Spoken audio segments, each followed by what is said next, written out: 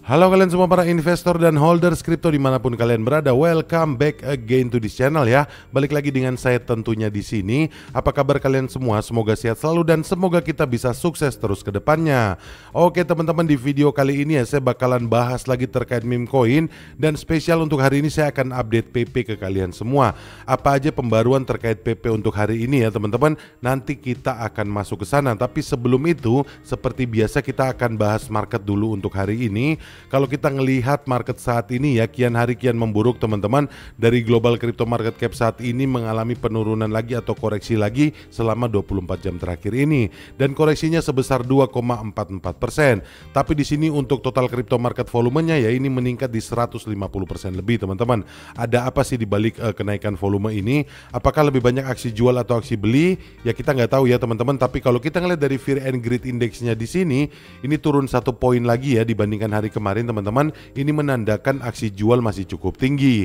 Dan kalau kita ngelihat harga Bitcoin saat ini ya, harganya di sini 94.800-an dolar teman-teman.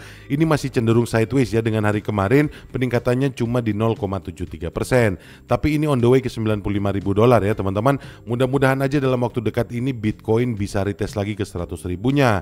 Dan kalau kita ngelihat Ethereum ya, di sini sepertinya Ethereum untuk hari ini belum bisa recover teman-teman. Dan selama 1 hari terakhir ini koreksinya sebesar 3,68%. Dan untuk harga jualnya ini sudah tipis banget teman-teman, sudah mau keluar dari zona 3.000 dolarnya. Apakah Ethereum ini bisa mempertahankan di 3.000 dolarnya? Kita lihat nanti ya, semoga aja sih tidak turun di bawah 3.000.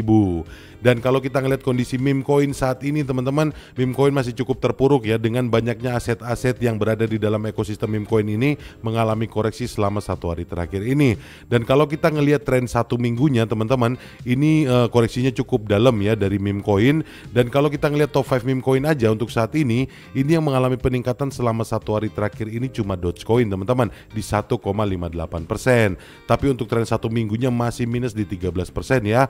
Dan untuk Shiba Inu sendiri masih koreksi di 1,5% selama 1 hari terakhir ini. PP di hampir 4%, Bong di hampir 4% juga, dan token Pengu di hampir 5% koreksinya. Ini sampai kapan ya teman-teman kondisinya akan seperti ini? Kita berharap aja yang terbaik ya. Mudah-mudahan kondisi seperti ini cepat berlalu. Semoga meme coin ini bisa segera recover. Kira-kira seperti itu ya update market untuk hari ini. Dan kita langsung aja teman-teman, seperti yang saya bilang tadi di awal, saya pengen bahas terkait PP. Ada apa sih update dari PP saat ini? Kalau kita ngelihat di sini ya teman-teman, di tengah koreksi market PP yang cukup luar biasa, ada paus-paus atau ada para investor juga yang memanfaatkan kesempatan ini. Dan di sini kalau kita ngelihat ya, ada 480 miliar PP ditransfer dalam hitungan jam. Apa yang selanjutnya akan terjadi? Kalau kita ngelihat di sini ya, PP ini tampaknya kembali menjadi incaran para paus dengan 480 miliar token terjual dalam hitungan jam. Dan menurut platform Spot On Chain, 2 paus kripto telah membuat pergerakan yang cukup signifikan pada token PP, menimbulkan pertanyaan tentang apakah recover PP ini akan segera terjadi. Di sini kalian bisa ngelihat ya teman-teman, ini data dari Spot On Chain. Di sini menurut Spot On Chain, paus saat ini sedang mengumpulkan PP, dan dalam beberapa jam terakhir aja ada paus yang mengumpulkan 280 miliar PP teman-teman, atau kurang lebih senilai 5 juta dolar dari Binance. Dan kalau kita ngelihat yang selanjutnya di sini, ada paus lain juga ya yang baru-baru ini ikut menarik atau ikut mengeruk PP teman-teman, yang menghabiskan 3,72 juta USDC untuk membeli 200,4 miliar token PP. Dan yang paling menariknya teman-teman, pos ini sebelumnya merugi di hampir 1,5 juta dolar pada PP selama perdagangan yang sebelumnya. Tapi meskipun mengalami kerugian besar, pos tersebut tampaknya tidak terpengaruh dan sekarang malah menggandakan pembelian token tersebut. Mungkin ini dia akan mengantisipasi rally. Kira-kira seperti itu ya teman-teman. Dan kalau menurut saya pribadi ya, kalau saya ngeliat dari pergerakan pos seperti ini, walaupun dia sempat loss, tapi untuk yang saat ini dia melipat gandakan pembeliannya teman-teman. Ini menandakan bahwa kepercayaan terkait PP ini masih cukup tinggi. Dan 3,7 juta dolar ini tidak sedikit teman-teman, ini banyak banget untuk membeli aset meme coin. Jadi kalau ngelihat ya dari pergerakan ini, tentu saja PP ini masih dipercaya banget, dan kemungkinan besar ya teman-teman yang selanjutnya akan terjadi, PP akan segera recover dan kemudian akan akumulasi teman-teman, sehingga ledakan harganya akan cukup signifikan. Kira-kira seperti itu ya. Dan ini juga berbanding lurus teman-teman kalau kita misalnya melihat dari analisanya di sini. Ada analisa ya teman-teman di sini, sinyal untuk potensi pembalikan tren menurut data teknis. Dan kalau kita ngelihat di sini ya, untuk pergerakan harga PP saat ini memang sedang mengalami tantangan di level kritis. Harga PP saat ini diperdagangkan di Rp28, mencatat penurunan hampir 1% dalam 1 hari terakhir ini. Tekanan jual ini menguji level support yang sangat krusial, sementara trader mencari sinyal pembalikan tren. Rata-rata pergerakan 50 hari atau MA 50 hari berada di Rp32 atau masih di $2041 dengan 40 di belakang koma, yang lebih tinggi dibandingkan dengan rata-rata pergerakan 200 harinya di $1275 dengan 40 di belakang koma.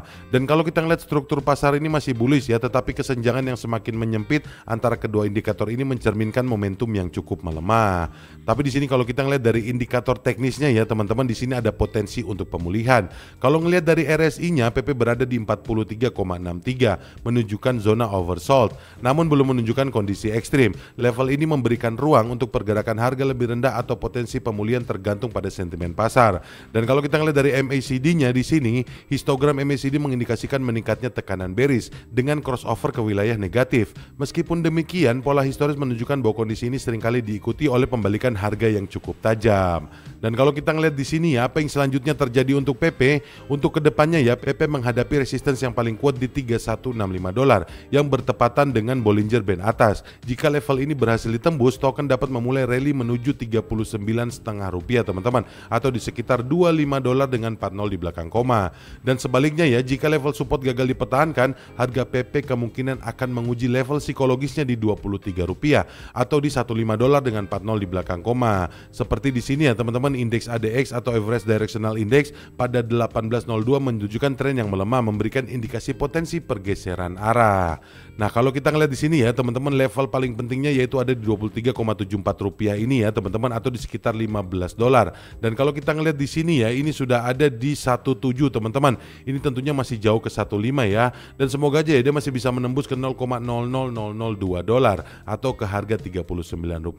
Tapi dengan adanya pergerakan pause seperti tadi teman-teman, saya yakin ini baru pembukaan aja, dan bukan hanya ini, masih banyak banget para investor atau para paus ini yang sedang berputar di sekitar PP teman-teman, dan siap mengeruk untuk melihat keuntungan di masa mendatang.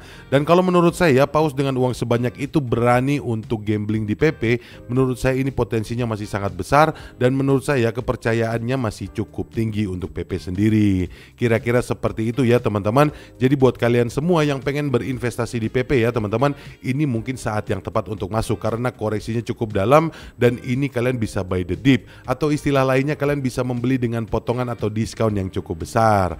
Tapi ingat sekali lagi teman-teman, sebelum kalian berinvestasi, kalian harus dior dulu, kalian harus lakukan riset mandiri, carilah analisa-analisa pembanding, carilah berita pembanding, dan carilah informasi yang lebih valid lagi agar keputusan kalian untuk berinvestasi nanti tidak berujung di penyesalan.